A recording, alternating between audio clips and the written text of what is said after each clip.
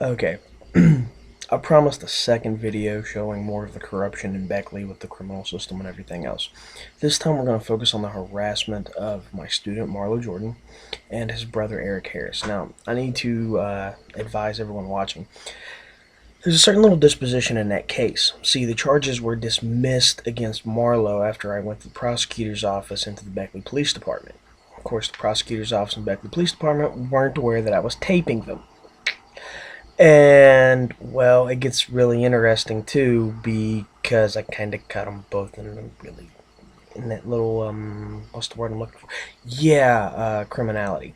Yeah, I kind of caught them being criminals. But this is the introduction to this video. So we're going to look at some of the evidence, screenshots of some of the paperwork where multiple stories don't line up, where my name's thrown all through this, and you're going to get to see where the police called me, and then I called them, told them that I wasn't coming in to talk to them. I knew it was a setup and a bunch of BS, and then I was going to exercise my Fifth and Sixth Amendment rights, which means if you want to talk to me, call my lawyer. And, well, from previous court cases, I've learned that if I have a public defender or a court-appointed attorney and the police want to talk to me, they therefore have to refer to my court-appointed attorney, even if it's not the case in which the court-appointed attorney is the court-appointed attorney for that case, because anything I say might impact that case, and therefore I have a right to have that attorney present. It's an interesting little thing how that works out, but okay. Anyway, so we're going to examine the evidence here. We're going to watch the videos of me and my little discussion with Corporal Story. Then we're going to look at how botched up the paperwork was. An important fact to remember in this is that apparently in his thing, his little file, he says he knocked on my door on City Avenue. Yet I was told the same day this assault occurred on Taryn Price that my door was actually kicked completely out of the wall, like the door facing was completely torn out of the wall. Apparently the landlord didn't secure the door facing properly, so whenever someone tried to kick in my door, the deadbolt ripped the facing, which wasn't properly secured, completely out with it, and it fell into the kitchen.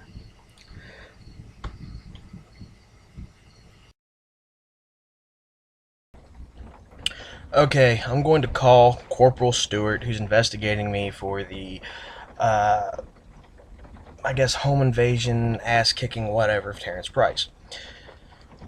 He's lied to me and told me to come straight with him, so I know he's full of shit. And, well, just to make a point in this little video here, the day that all this occurred, I have spoken with Amber's grandmother. That's a matter of my records, on my phone records to prove it. So here's the deal. I'm going to call him. I'm going to let him know that I'm going to plead my Fifth and Sixth Amendment rights. I'm going to let him know that Amber Willis asked me for help. And, well, that's what me and Terrence beef is. And he can do whatever the fuck he wants to with it. I don't care. After that, I plead my Fifth and Sixth Amendment rights. And this is a recording because it's the only statement I'm going to make to him under my terms where I can record it.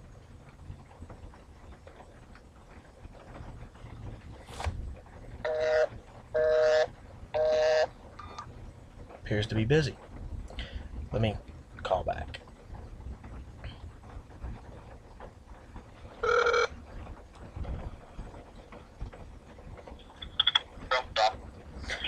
Yes, is this Corporal Stewart?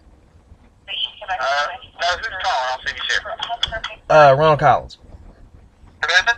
Ronald Collins. Give me just a second, okay? Okay.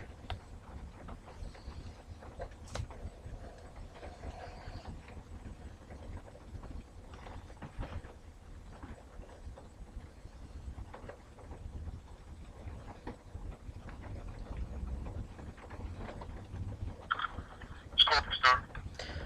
Yeah, Corporal Stewart, this is Ronald Collins. I was going to call and inform you I'm not going to be coming in today.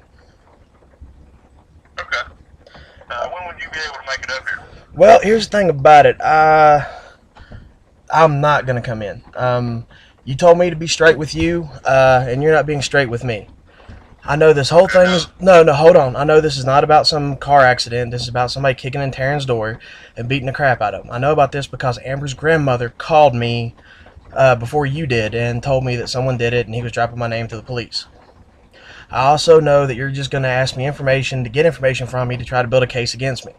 So at this time, I want to plead my Fifth and Sixth Amendment rights and tell you I'm not going to speak with you without an attorney present. I had nothing to do with this, and you know what? I'm not going to sit here and let you fabricate information on me and lie to me. You told me to come straight with you, so I'm coming straight with you. Okay. Yeah, I'm done.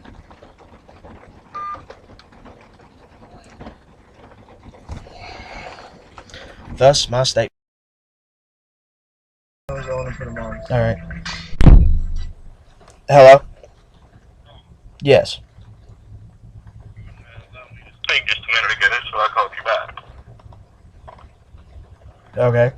My concern right now is the vehicle that was hit on City Avenue with your truck. I'm well aware of what happened with the door incident and someone kicking it in. Thus far, your name has not been brought up in that. Really, because that's amazing that Amber's grandmother tells me that my name was dropped in the whole incident, and there was no vehicle struck with my truck on City Avenue. How'd the damage get on that Dodge truck then? That would be I hit a buggy at the what is it? Kroger's in hell. It's up there. It's not quite Marmet. I went to Charleston.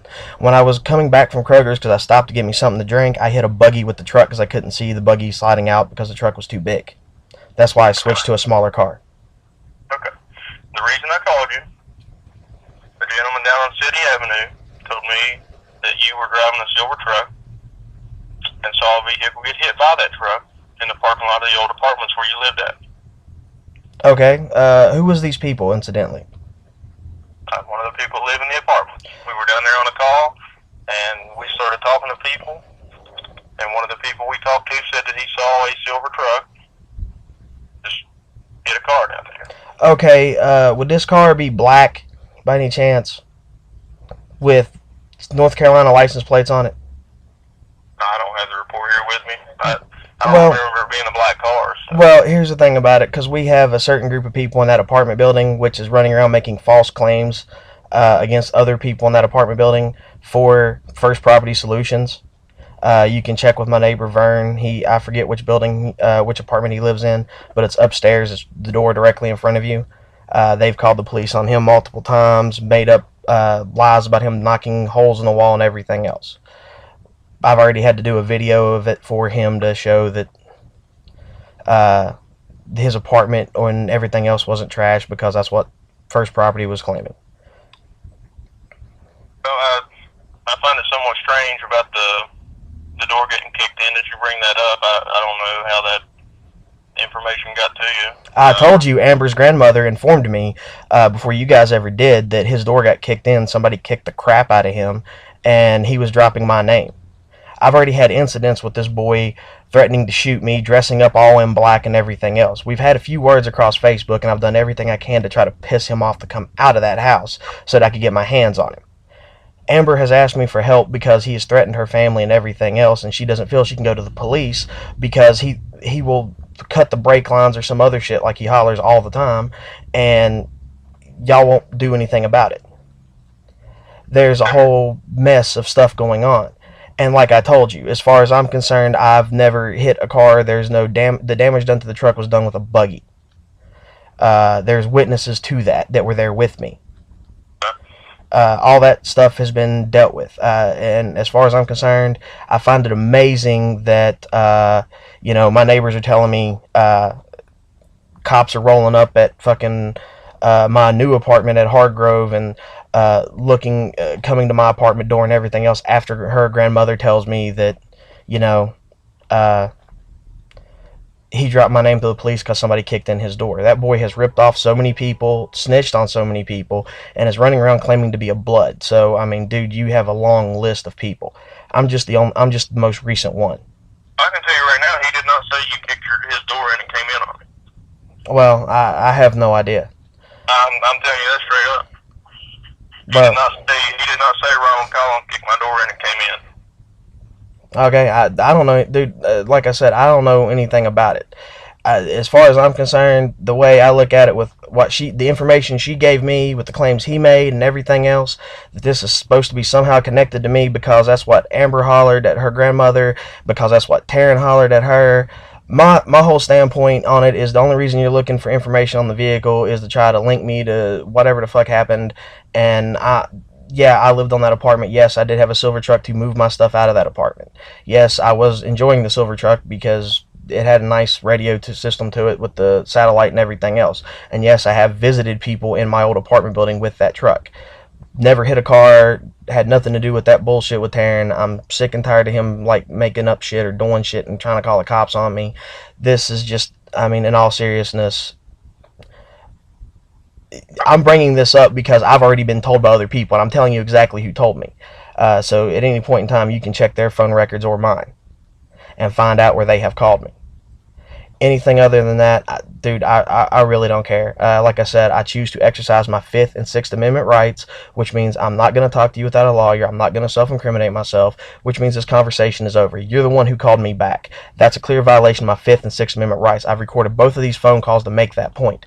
Now, unless you want to get into a 1983 claim, we'll talk about it later. Or not at all. Otherwise, I'm done. I've told you I'm done. Please stop calling me. This is harassment. Okay. And yes, I will file a deprivation of civil rights under color of law. Okay, now we're going to examine the first little piece of evidence here. This is the statement from Leanne, something or other. I can't even pronounce it. Something to ski. From Enterprise Rent-A-Car. Now, this is where I came in and she fed out the statement for the police officer. Actually, she typed it up herself. And it was really interesting because she mentions that I came in with the company of 3 black males. But while she's describing one of these males, Eric Harris, she describes him as having black hair, brown eyes, dark skin. Now, according to, as you're going to see later on, according to Corporal Stewart's little report, apparently one of the witnesses places a mixed kid there. And the only mixed kid there would be Taryn Price, so I'm not quite sure what this guy saw. Then we get down to Marlowe, in which she describes him as having, he had a medium skin tone. Actually, Marlowe's about a little bit darker than Eric, but okay. Oh, I'm sorry. No. She was describing another person there. One of the 3 black men I was with. But yeah, she still describes Marlowe as having a medium skin tone. I'm not really sure. I think he's a little bit darker than his brother, to be honest with you. But either way, she clearly defines me as having arrived with 3 black males.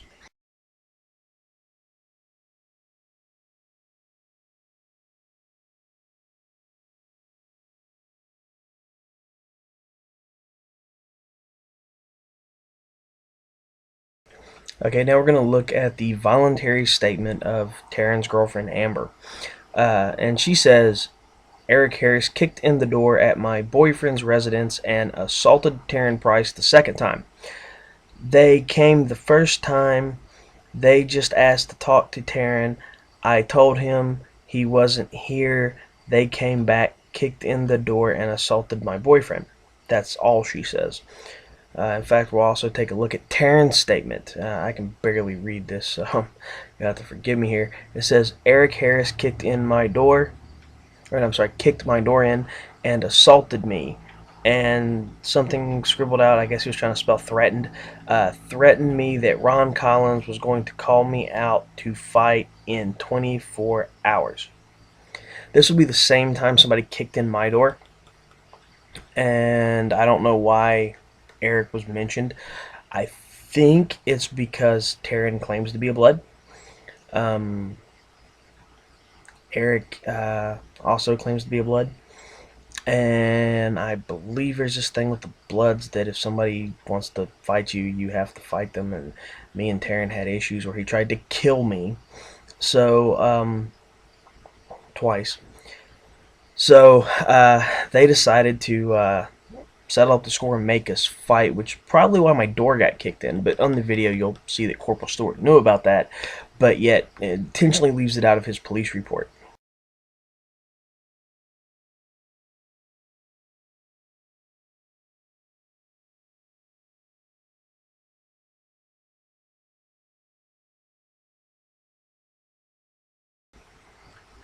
Okay, now we're going to look at the statement for the arrest warrant. This was actually attached to an arrest warrant. I'm just not going to have the cover sheet with all the info up there because it's dry. But it's signed by Corporal Stewart. This was his statement. And when you get to looking in the 1, 2, 3, 4, 5, 6th line down, it says the victim knows Harris and Jordan personally as acquaintances through a mutual friend, Ronald Collins. Now, the thing about this is it's actually the other way around. I know Eric Harris and Marlo Jordan because of Taryn. Because of Taryn, I met Marlo, and since me and Marlo are both into fighting and martial arts and stuff like that, we started training together, which is how Marlo became my student. We're also going to look at the statement of Matthew McBride. This would be Taryn's neighbor. Taryn lives on the corner of Carter Street and City Avenue, and Mr. McBride lives on City Avenue. His front door faces Taryn's back door, which is an interesting thing to bear in mind because he states right here that a mixed kid with long hair, approximately 135 to 150 pounds, red bandana, older man, white, 40s, chubby-faced, black hair, driver. The mixed kid comes up in the Dodge, puts on the bandana, and walks up by my house, which would be in front of his house, I guess. He disappears around the house. Now, this is the funny thing about it. If he's sitting at the front of his house, and for Eric to disappear around the house, or anyone to disappear around the house, they wouldn't actually be at the back door. They'd have to go around to the side or the front of the house. So this actually is counterproductive to whatever they're stating. Devil is in the details. Most likely this guy was told, well, did you say this? Or, this guy's a bad guy and you have to say this. So he put things down, but he didn't put things down quite all that accurate because he was being pressured to say them. I don't know. That's just my theory. It's what it looks like. But the funny thing about it is he mentions a mixed kid. And if you go back to Miss Leanne, she refers to Mr. Harris as having dark skin. She refers to Marlo as having a I guess you would say a medium skin tone. I'm not sure what that means. And then another unknown individual with a medium skin tone. I'm not sure what medium skin tone means. My assumption would be that they're not white because they're black guys, but okay. And she does mention that I showed up in the company of 3 black males. Not mixed kids, 3 black males. So that's again counterproductive to a lot of the stuff in here. The evidence, the material's not matching up. Now, for the police officer himself being the investigator, he can ignore this stuff. But any good lawyer, any good private investigator, hell, even me, I can look at it and see where not a lot of things line up. It's I don't know how to explain it. And before all this occurred, there was a lot of incidents with a supposed mixed kid who was living in my apartment in City Avenue with me, and the every time this mixed kid would, spray paint graffiti on something or break into a house or whatever, they would come to my house. Now, again, this comes under the issue that Taryn Price is a snitch and informant for the Beckley Police Department. Has to be, because he's pissed off a lot of people and he's not a fighter. He's actually a coward. So I'm thinking this comes under that whole issue with the police using informants to commit crimes to blame on other people. And we're even going to see where more of this comes in other instances later.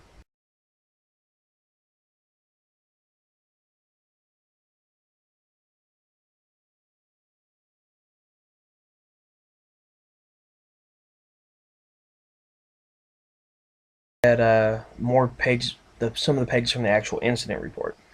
Now, this is the first page of the incident report, in which, if you'll notice in the little areas I got red, you can read the rest of this if you want. But he states that the suspects told the victim they would be back in an hour. Well, how are they going to be back? How are they going to state they're going to be back in an hour if he said 24 hours, or wrote 24 hours on his statement? Again, not a lot of the information's matching up. Again, there's that mention of the back door to his residence was what was kicked in. Now, that's important because, remember, Matthew McBride's front door will face Taryn's back door.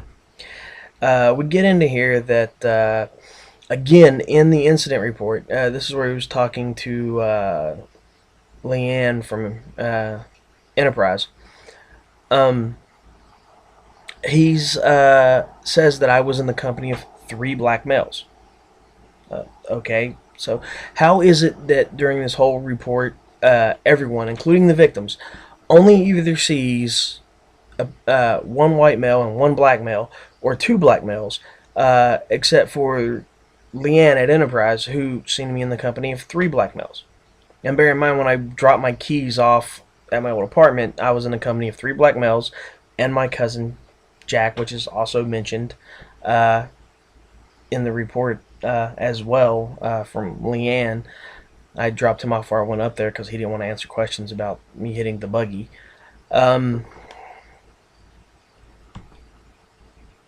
So you pretty much get to see right there where not a lot of that in the paperwork matches up. Now, that's important because I'm going to that's important too, because the cop left out that key fact that my door was kicked in. Not just Taryn's, but my door, which shows the fact that he was biased in he was coming to attack me and my students and harass us. Now, bear in mind, since my little stunt on the Beckley police and bringing this information to them and doing things the way I did it, and I even told Captain Rogers what I was going to do, and he's now guilty of a crime himself. I'll explain at the end of the video. Actually, I'll explain it right now. There's a code in West Virginia law. I don't remember the exact code off the top of my head. I'll put it up at the bottom of the screen here. Where rewarding of past behavior, past criminal behavior, violations, anything like that, is a crime. I don't remember if it's a misdemeanor or a felony, but it's still a crime. Now, both Corporal Stewart and his little buddy, Capehart, who helped him in this whole affair, both of them were promoted for coming up with new and innovative ways to catch criminals. That's setting people up. Anyway, Corporal Stewart even admits that he knew my door was kicked in, but he wasn't going to do anything about it. He didn't care. I don't know if that was the third time that Taryn tried to kill me. I don't know if this was some stunt by him to try to make me look like I'm the bad guy, or if he's setting me up, in conjunction with these cops, or what. I do know City Avenue is patrolled by multiple officers, and three of which that I know, or actually four of which that I know patrol the area. Walls, Capehart, Stewart, and yes, Officer Redden. Relation to Jason Redden, relation to Ashley Redden. Seems kind of funny when you come into the whole there's a Redden mixed in there. But we're going to look at the audio recording of me and Corporal Stewart.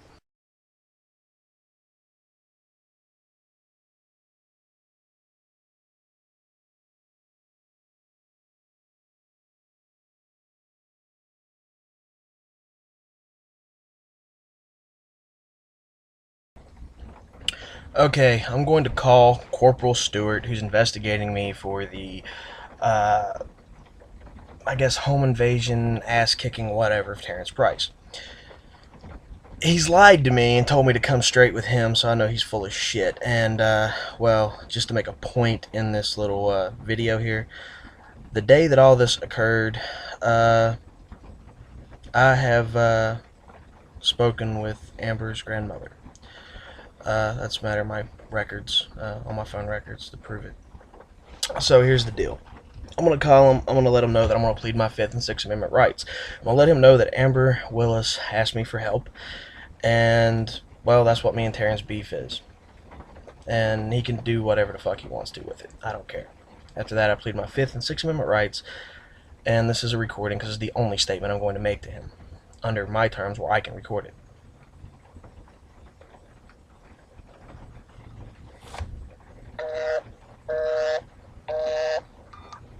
Appears to be busy.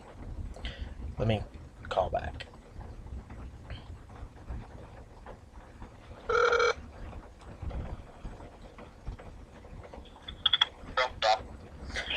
Yes, is this Corporal Stewart? No, who's calling? I'll see if he's here. Ronald Collins. Who is it? Ronald Collins. Give me just a second, okay? Okay.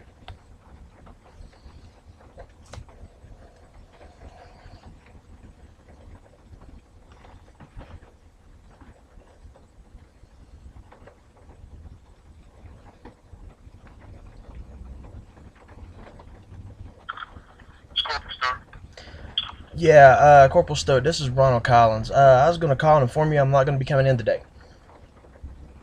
Okay. When would you be able to make it up here? Well, here's the thing about it. I'm not going to come in.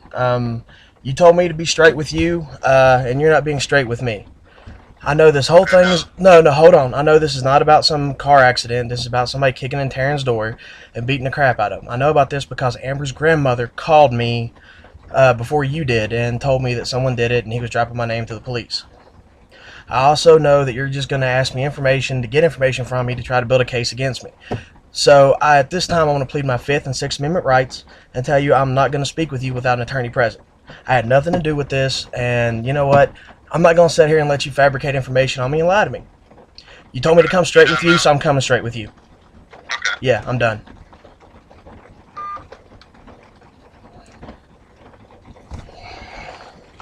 Thus, my statement.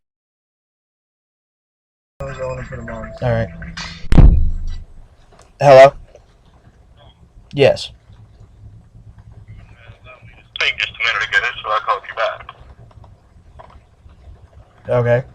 My concern right now is the vehicle that was hit on City Avenue with your truck. I'm well aware of what happened with the door incident and someone kicking it in. Thus far, your name has not been brought up in that. Really? Because that's amazing that Amber's grandmother tells me that my name was dropped in the whole incident, and there was no vehicle struck with my truck on City Avenue.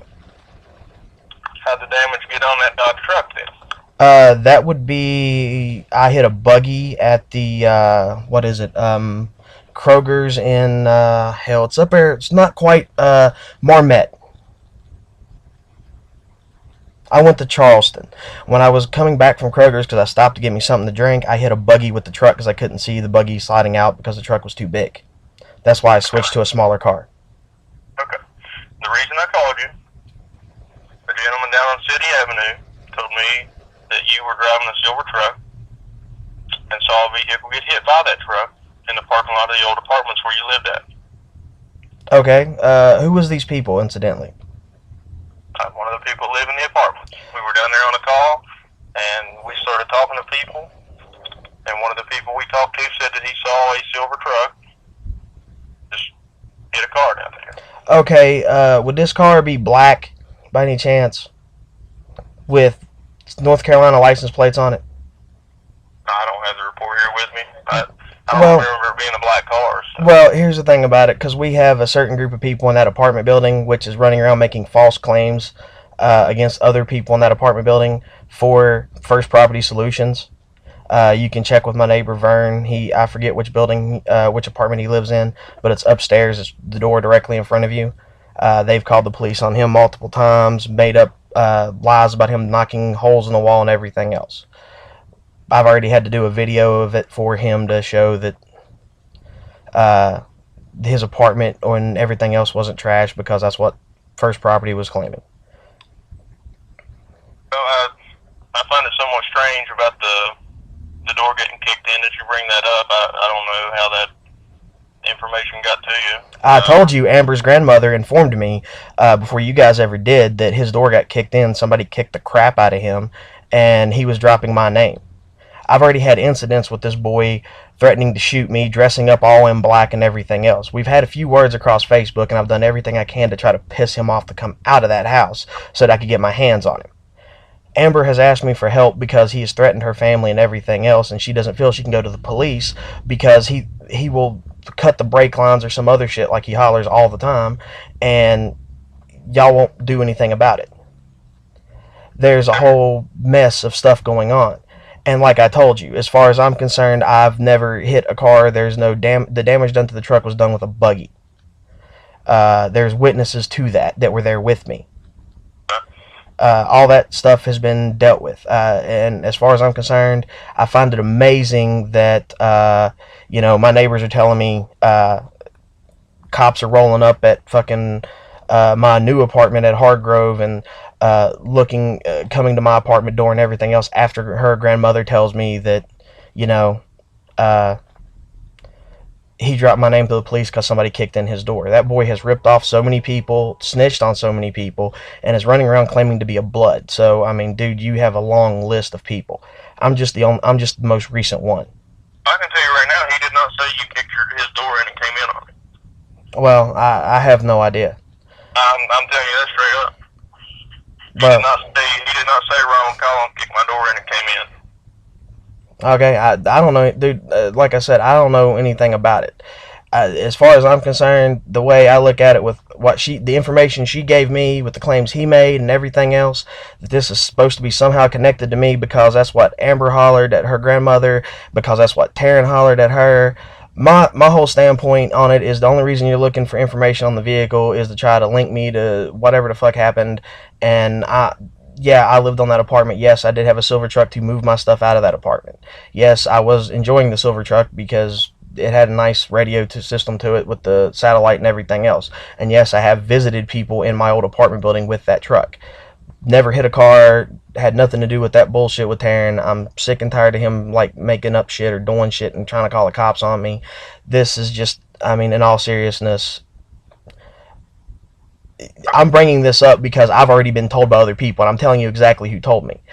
So at any point in time, you can check their phone records or mine and find out where they have called me.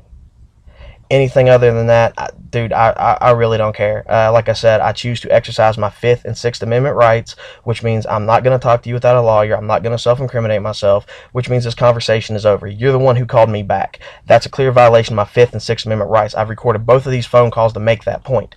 Now, unless you want to get into a 1983 claim, we'll talk about it later. Or not at all. Otherwise, I'm done. I've told you I'm done. Please stop calling me. This is harassment. Okay. And yes, I will file a deprivation of civil rights under color of law.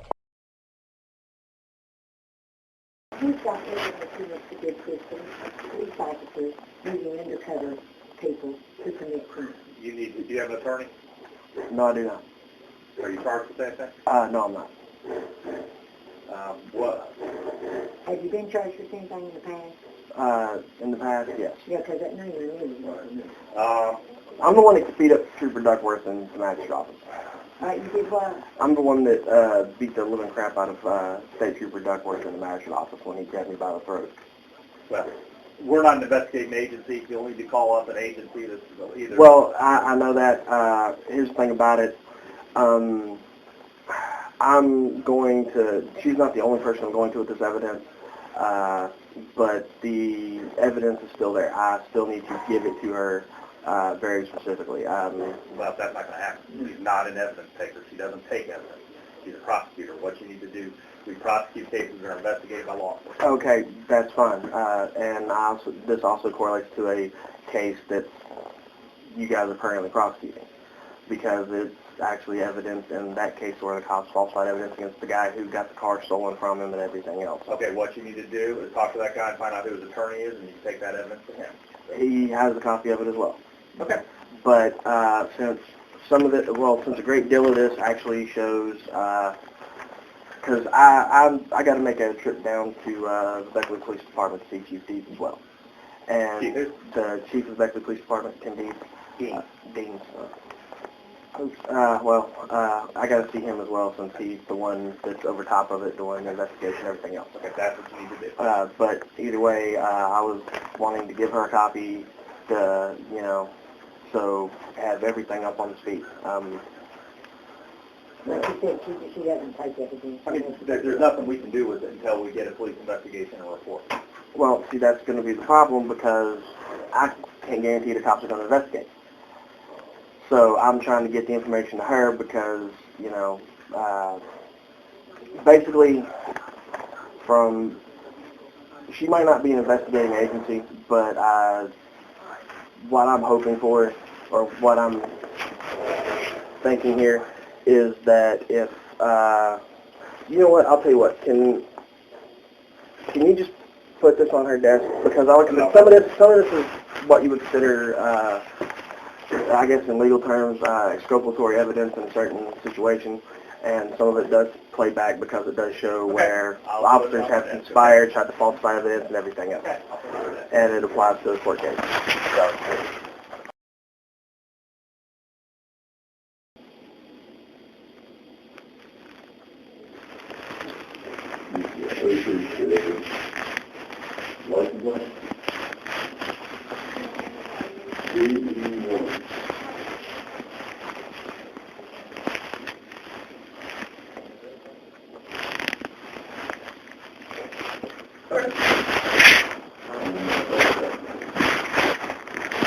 I'll take you back.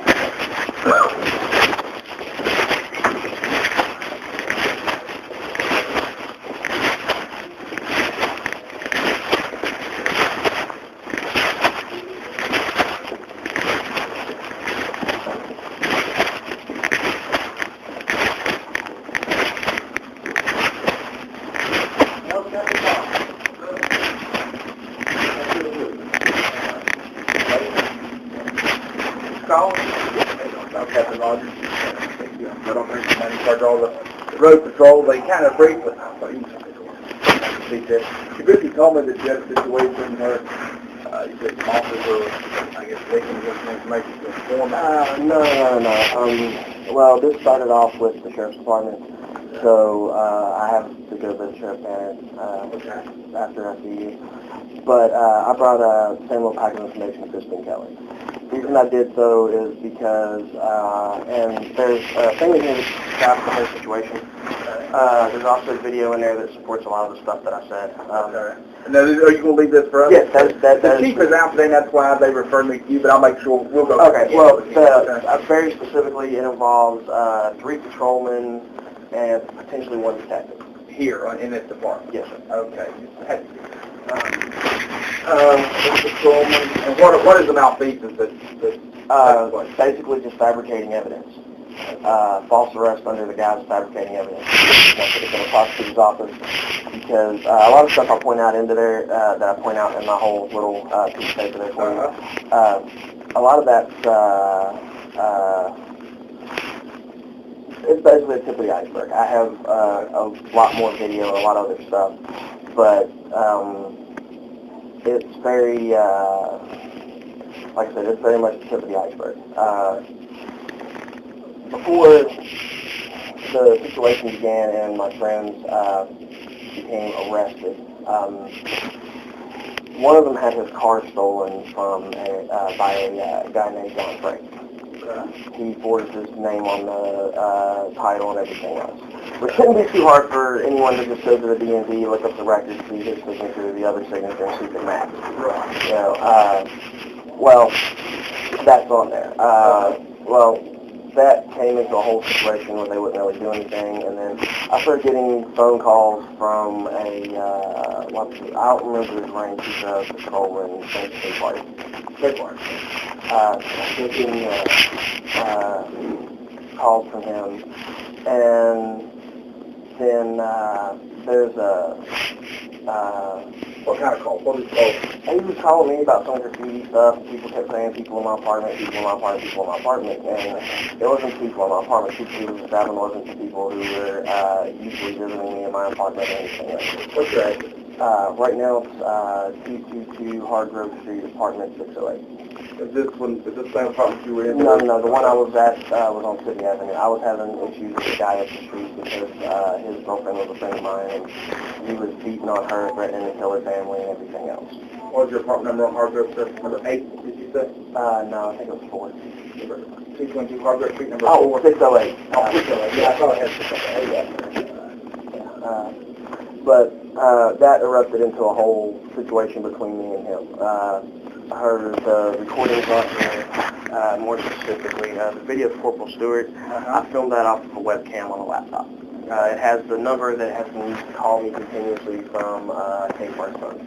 Now, before the incidents occurred on City Avenue, I was being called by Kmart about some graffiti stuff and all this other crap, and then finally harassed continuously until I finally just not only came up here, but brought everybody who hung out with me at that point in time. One of them was a student of mine, and then my cousin, and then his brother and his brother's friend, who usually end up training with us on the side of me and his brother's ring. And what type of training, what type of classes are you taking? Martial arts right now. I'm actually training Marlo in Jiu-Jitsu and a style I kind of pioneered myself called street focus Jiu-Jitsu, which is a little bit more closely related to MMA. I mix it with like Muay Thai and some other stuff. At like the more advanced levels, we include close quarters firearms tactics and stuff like that. So that way, if you do take the gun away from an assailant, you know how to use it. He still hasn't made it out of the basic stuff. Okay, all right. So ain't got to worry about that way. But and really, he doesn't really want to get into the advanced expert material where you start working with weapons because he's more interested in wanting to get into MMA. And I got connections. Well, I did have a connection. He got a divorce and sold his school, but I had a connection with the guy who used to be a kickboxing instructor out of the Del Perez in Chicago. And then I'm affiliated with Frank Dukes and several other people. And then on top of that, there's a conversation there with me and the dude in question. When him and her was going through some issues, she wanted me to talk to him. I didn't like playing the middleman, so I recorded the conversation and let her listen to it so she could hear both sides, and it wasn't going to be this person said this person said that. And there's a lot of stuff on there where he basically, at first he kind of admits to psychologically abusing her and then kind of denies it. And then who is this? This would be my friend Amber's boyfriend, the one that our issue started over. And then there was a conversation I had with Amber with his grandmother that she tried to get me to kill him. Trying to get you to kill him? Yes. There you have a conspiracy to commit murder between me and her on that, plain and simple. I never carried it out. You offering you money to... No, she started off as, I wish somebody would just beat his ass and do this and all this other stuff. And I was like, well, I can go down and do this if you want, because she's tried it 2 other times before. And then she just finally come out and said, I don't care what you do, go down there and kill him. I can call her to come up here so she won't be down. You can kick the door and go in and kill him and all this other stuff. Where does he live? Carter Street's right off City Avenue. Anyway, and then this is where my brake lines was cut. This is the video where I took it with a cell phone. He actually cut my brake lines, which is what started our serious issues. Okay. Following that, now the video of Corporal Stewart, a real interesting thing to note on here is I've read the police report from Marlowe's arrest. I've read his arrest report. One of the key things on there of interest is that Corporal Stewart said he came to my apartment, knocked on the door with no answer. I found out when I talked to my neighbors that my door had been kicked in before that. Okay. So it's kind of hard to go to my door and knock on it when it's not even on the hinge. Now the video of Corporal Stewart, what does it show? What is it about? Basically, I called him and told him that he really wasn't coming out clean with me. He was telling me some kind of vehicular accident. He started off talking about my Stick, and then he changed it to the Dodge Ram that I was driving, which I was driving that when Officer Capehart started harassing me to begin with. And then basically it shows certain indiscrepancies in his report, that door being one of them specifically, because basically he pretty much falsified a lot of evidence, 90% of it, and at a certain point during the conversation, I told him he wasn't coming straight with me, he wasn't being honest with me, so I had no reason to be honest with him. I had been told by Amber's grandmother that my name had been dropped and that they were trying to, come at me and everything else. So I told him, I just wasn't going to talk to him. I was going to exercise my Fifth and 50 minute rights. I said it exactly like that. We're done, and hung the phone up. Then he called me back. He called you right back? He called me right back. I didn't get arrested. That was Stewart or Capehart? That was Stewart calling from Capehart's phone. All right. Now this 256-1723 number is not a cell phone, that's actually the landline in the patrolman's office. Oh, really? That's not a cell phone. That's the number for a patrolman's office, which is the office right behind this wall. Well, you know what? That's great, because that really will help. That really solves the issue completely. Because prior to that, in early December, you can just look it up and see where multiple phone calls have been made from that phone to my cell phone at 304-680-0878. Do you have your cell phone records to show the number sign? Sometimes it was called blocked, sometimes it wasn't. Okay. Yeah, it basically shows that. And then when I went to kind of did my own little investigation, looking into some stuff, I decided to check up on John Frank, and I've noticed that he's had a lot of charges dismissed due to plea agreements with the state of West Virginia, or the prosecutor's office. And another name came up, which was Detective Allard. Now, that's an important thing to bear in mind because my cousin Jack used to date this girl named Rachel, whose mom's kind of what's the best way to, yeah, she's a pillhead. I'm sure you're familiar with the whole Christy Farmer incident. That would be Rachel's cousin. Okay. And from during this whole situation, her mother, when she left the house because she turned 18, she had $30-some thousand in the bank, which her family stolen from her. Her mom threatened to send a bunch of gun-toting bikers to my house. How does Allard claim of this?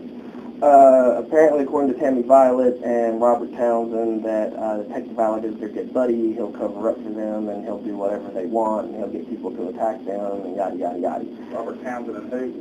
Tammy Violet, yeah. They both live together. Violet? Violet, yeah. Really? Yeah. Okay. And I guess the one detective you're referring to is Allard, correct? Yeah. And who is? And like I said with Allard, it's a potential thing. I really don't have anything other than Tammy and him running around saying he's their buddy and they're going to cover up for him. And except for the court records, which show that charges were magically dismissed against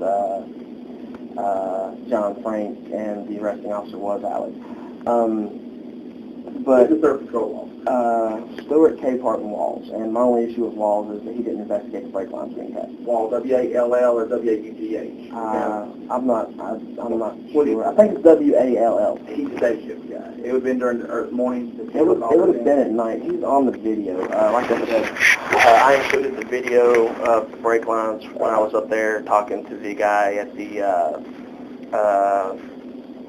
collision repair. Right. Because Walls told me that the collision shop would have to be the ones to call the police if the brake lines were cut. If they actually found they were cut, right. Yeah, well, the problem was they can't determine that they're cut, and they're not really a forensic investigation. They don't really do a forensic investigation. I've been trained in EMPs, and I've, can I see this paper there? I'll show you something I'm talking about. I actually have the brake lines. The collision repair took it off. Which paper you talking about? Just a blank piece of It paper? don't matter. I can, there you go. Well, here's, let's see, paper roller. All right, the brake line is basically a circle, okay?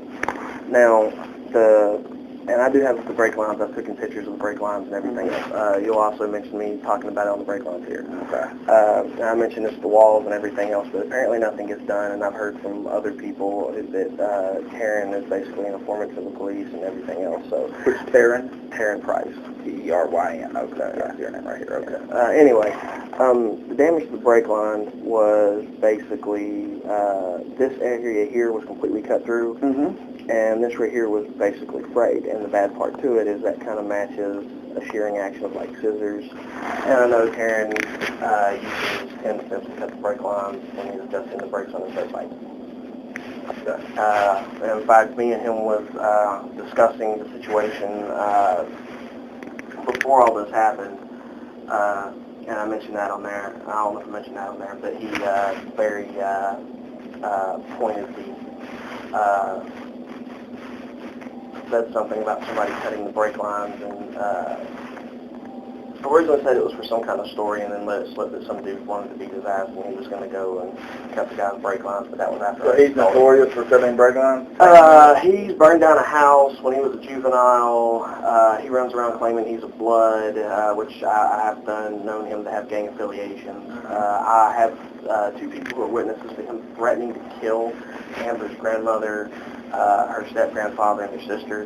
Now, the messed up situation with the Amber thing, me and her became friends because I went to talk to Penny because I was having issues with my ex-fiance, and he noticed both of us. He used to be like the youngest kid in the group around all of us, so he's like the only one that really kind of stayed out of all the drama. Okay. But he pretty much knew everybody, so I was kind of just like, went to go talk to him because I needed somebody that actually knew what was going on. And when I did, me and his girlfriend got to talking. We got to being really cool. Part of that was because a lot of times he'd just ignore both of us and go do something else. And when me and her got to being friends talking, she told me this story about how her step-grandfather raped her, and that her mom made her, not her mom, but her grandmother made her lie in court and say that that it didn't happen. And they did this because when the incident occurred, her parents were getting a divorce, and her mom's in a wheelchair. Her sister's physically and mentally handicapped as well as deformed, and her grandmother threatened to basically throw them out on the street if she didn't change the story. And that kind of made me take notice because the second time she was all like, oh, I wish somebody would go, mess up Karen and he's hurting her and all this other stuff. And I was just kind of like, well, hold on, you're all the time talking about these big scary guys in your family. Why don't you send one of them to do it if that's what you're really worried about? And then when she kept trying to push that stuff towards me, I kind of got a little worried, which is why I take the conversation between me and her. Okay. And then following that, allegedly, Karen tried to, allegedly they're claiming that I dropped two of my friends off, Marlo and Eric, who have known Karen since like middle school. I met Marlo and Eric through Karen actually. And supposedly dropped them off at his house. They kicked in his door and beat the crap out of him. I see Jack Grimes was name on here too. Yeah, it's my cousin. Unfortunately. All right. Who was the guy's name you said charges dropped again? John Frank, though, you said? Yeah, he was the one that stole Marlo's car. John Frank. And right now, I mean, as the whole situation is played out, like I said, I got the evidence of Corporal Stewart basically trying to harass me. This is following on top of having Kate Bart continuously calling me over some stupid stuff. We came up here. that they're more aware. In fact, we found Marlowe's stolen car being driven around by some guy that everybody knows is Hunt. I don't know what his real name is. Who was falsely, you said there was some false arrest made. That would be Marlowe, Jordan, and Raliegh. They were arrested? They were arrested based on Taryn and Amber's statement. Okay, Marlowe, Jordan. And who? Taryn? No, Marlowe, Jordan, and Eric. Yeah, they were both brothers. Marlowe was student of mine. And, they arrested by, who arrested? Marlowe was arrested by K-Part. K-Part had called me with the number blocked. I even asked my conversation with Officer Stewart and told me that they were going to do something about Marlowe's car. They were going to give him a deputy to get him to help him with the car and all this other stuff. And then when Marlowe showed up here, they arrested him, told him they dismissed the charges against him if they said that, I was him and all this other stuff. Because the only thing they had to go on was Taryn's statement that apparently I dropped them off. And me and Taryn had issues from him threatening her. And so... Is Taryn T-E-R-Y-N? T-E-R-Y-N, yeah. Male or female? Male. He's the one talking about the dirt bike cutting with the 10 Yeah. He's the one that's burned down a house as a juvenile. He's all the time threatening that he's going to shoot people. He's got this weird fascination with snipers. And they took you arrested by K-Part on statements from who? Taryn and Amber. And this is where the interesting thing comes in at, because if you go examining your phone records from, you'll see that phone out there has been used to call my phone multiple times over the latter part of December. And what's Amber's last name? Willow. W-I-L-O-W. And like I said, I have a conversation between me and her grandmother where she's just like, oh, I want somebody to go in and kick his door in and beat his ass and blah, blah, blah. And I'm like, I'm not going to do that. And I tried to say, I laid it on real thick about, I'm hardwired to kill things and, embellished a little bit talking about my mom used to date a mob hitman. And I was still the truth. I wasn't a Marine Corps in the Army. And I laid it out real thick that, if I go kick his door in and beat the crap out of him, I'm going to kill him. She's like, oh, I don't care. And then she started trying to talk to me about, and I just left that alone and walked away. Who was Eric Harris arrested by? Who got the charges on that? Stewart, I believe.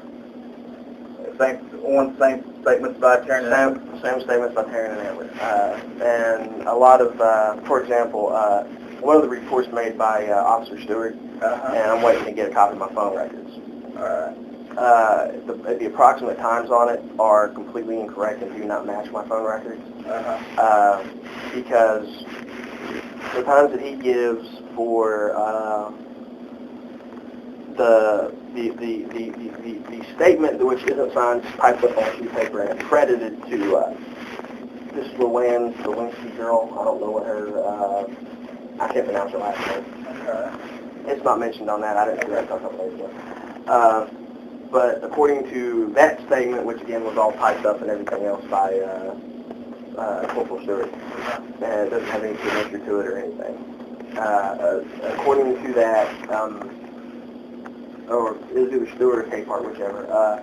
According to that, it basically reads out that I came up there at 1:15 and didn't get done with my car until 1:30. And the problem was we was sitting in the parking lot for a good minute before that because I was on the phone. And then when we went into the there, because it was me at the time, it was me and 3 other guys, including Marlowe and Eric. What was the initial call that Stewart or K-Part responded to that started this whole thing? What was the very initial call? Well, see, this is the problem. I don't know. I started getting the calls and everything from K-Part from that phone in the back. So you had not called the police for anything? No. To report anything at all? No.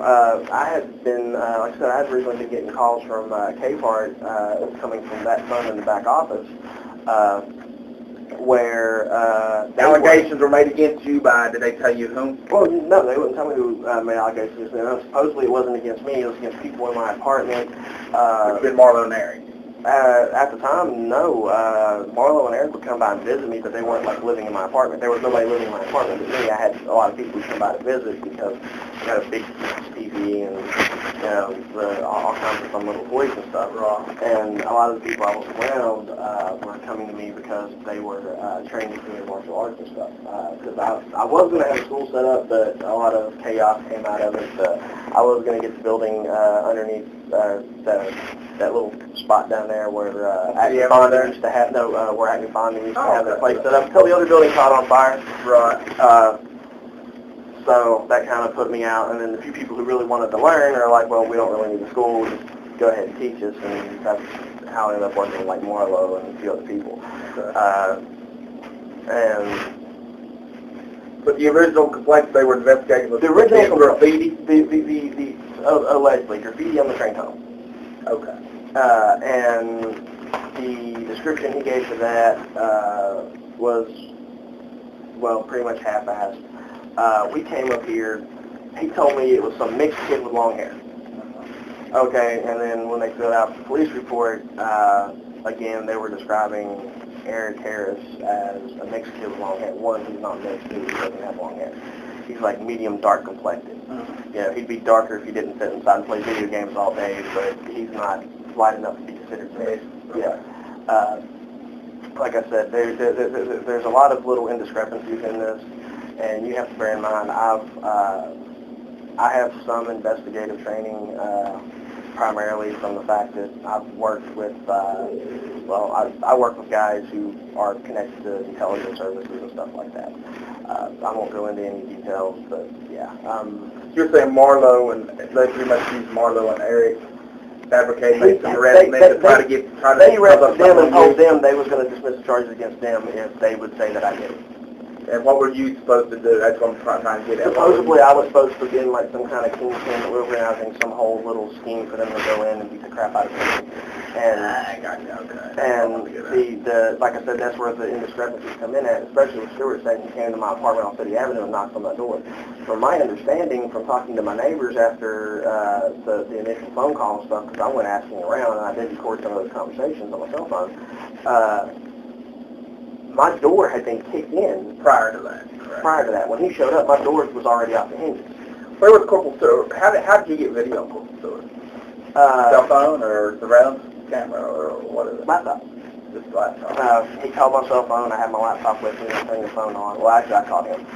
When he first called me, he was talking about I hit some car on City Avenue. And I had already received a phone call from Amber's grandmother saying that Amber had called her grandmother to tell her grandmother that the cops were down there and the dad had dropped my name and had basically made her drop my name. So I wasn't really sure what's going on. Now, Amber's statement doesn't even mention the Karen's statement does, and then according, again, to Corporal Stewart, Amber said some other stuff that wasn't on her report. When you say video, you're talking about video off of a laptop. I actually filmed audio, or you filmed? That's what I'm saying. How did you get film of him through your laptop if he's calling from? Because I put the phone on speakerphone. That way, the number shows up. You can see which number was being called, and when he was calling me, and had the whole. Okay, but you don't actually have his picture sitting there calling, correct? No, I have his voice. You had the voice. That's why I thought when you said video, I'm thinking about a surveillance video. Nothing like just that. his voice with the number on the screen and it's showing that it was coming from that. Gotcha. Yeah. For example, the brake line stuff, it doesn't even have the guy on that Cold Collision who did it. I have a written statement from them, and like I said, there's enough of the tip of an iceberg to get you guys to go ahead and do your own investigation. Where is Taryn at right now? I have no idea. I don't keep up with him. I think he still lives on Carter Street. But like I said, I already dropped some of this information off with the Law Enforcement Prosecutor's office because they cannot legally use evidence that they know has been corrupted. So I dropped that off to them for that reason.